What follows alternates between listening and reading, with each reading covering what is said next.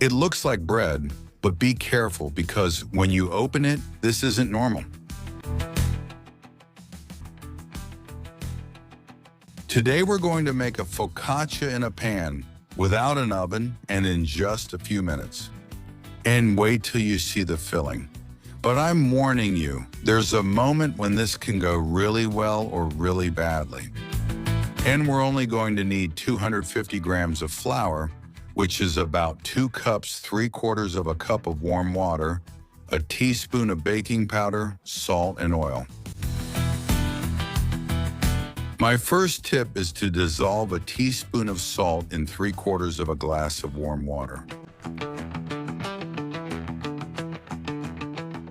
And as you can see, you have to stir it for a few seconds until it completely dissolves. Next, in a large bowl, we put 250 grams or 2 cups of flour. And we're going to add 1.5 teaspoons of baking powder.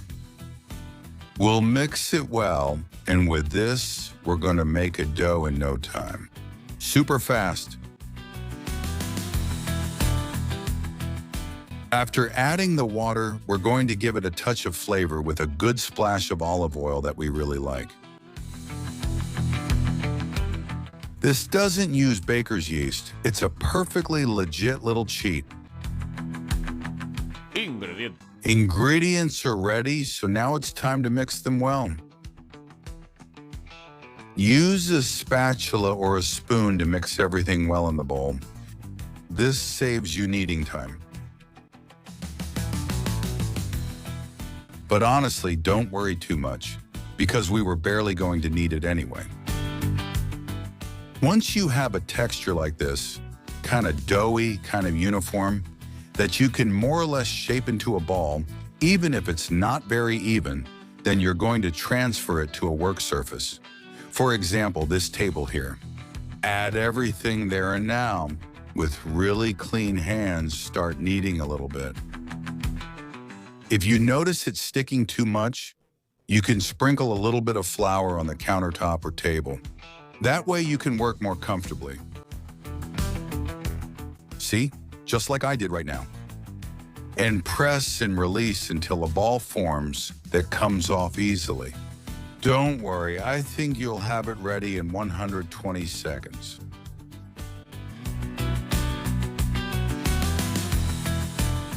If you've ever kneaded before, this is going to seem insulting to you.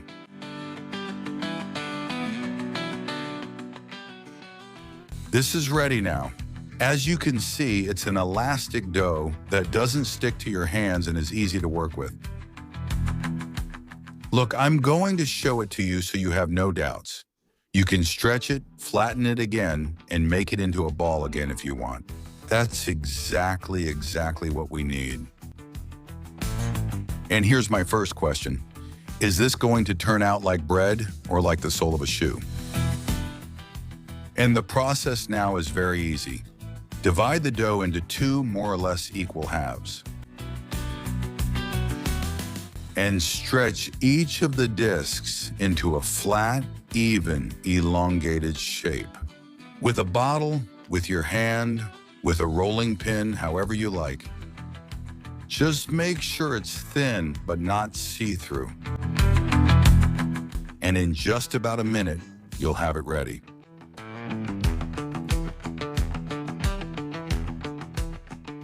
This is key. Not too thick, not too thin, and not see-through. A perfect middle ground. My advice is that you also start stretching the second disc. Always do it on top of parchment paper or a silicone mat to make it easier to work with. Now let's put it together. A little bit of oil in a large pan. Spread it with a brush, with your freshly washed hand, or with a paper towel or absorbent paper, so that there's a very thin layer of oil. And once you have it, place the first round of dough directly inside. There. If it doesn't turn out perfect, it doesn't matter because you'll touch it up a bit later, so you don't have to stress about it.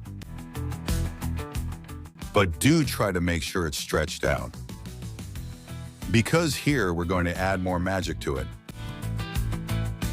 And now comes the moment. To give it an extra touch of flavor, add a bit of good quality oil along with your favorite herbs. I recommend rosemary and thyme mixed very well with the oil. People also often use what's called herbe de Provence, but if I tell you the story, you wouldn't believe it. Herbe de Provence didn't exist in the 1970s. Basically, each cook, especially in Italy and the south of France, would just take whatever they had in their garden and mix them. They were mixed with oil, so every herbe de Provence blend in each house was different. That's why I recommend you use two herbs that go well together and that you like. Rosemary and thyme, for example, are fantastic, perfect for brushing the inside of this focaccia.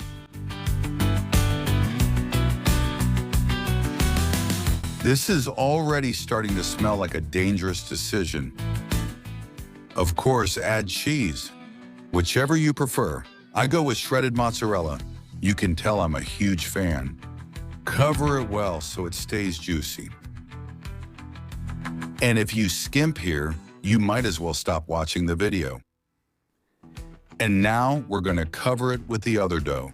But first, check out this trick. You can use your hands, but it won't look as nice.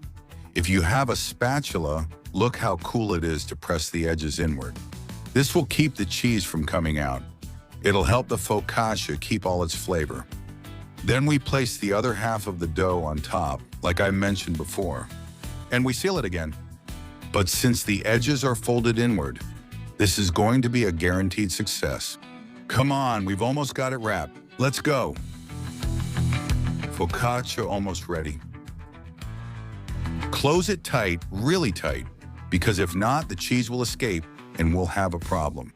If you want an even more classic look, with freshly washed hands, give it a few taps on top with your fingers so it's not flat. It'll give it a more rustic touch. And then onto the stove. We put it on medium heat and let it cook.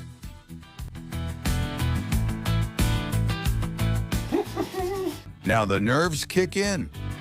Don't forget to put the lid on. Is it burning? Is it cooking? What's going on? The cooking time depends on the focaccia's thickness, the thickness of the pan, and the heat level, but usually it's 5 to 10 minutes. Before flipping it, I like to add a little more oil on top. And after that time, we flip it over. It should be lightly toasted, as you can see here. And now, let's cook it a little longer on the other side. I know this seems very easy, but a lot of people right at this moment mess it up.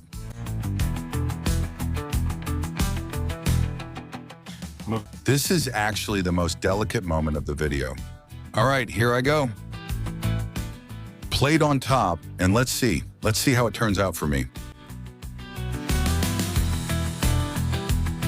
If this worked, we're in good shape.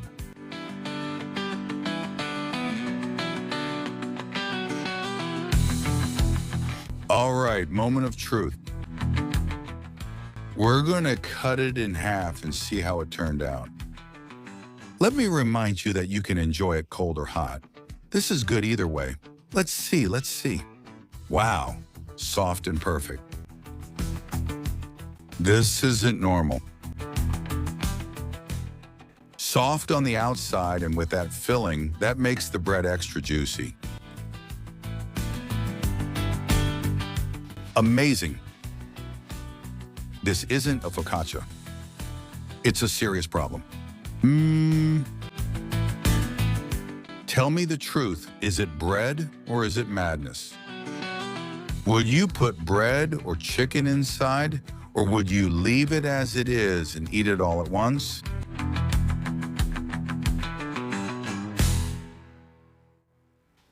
If you make it at home, let me know. I want to see it because we have to make this again. Let me tell you something. You do this once and there's no going back.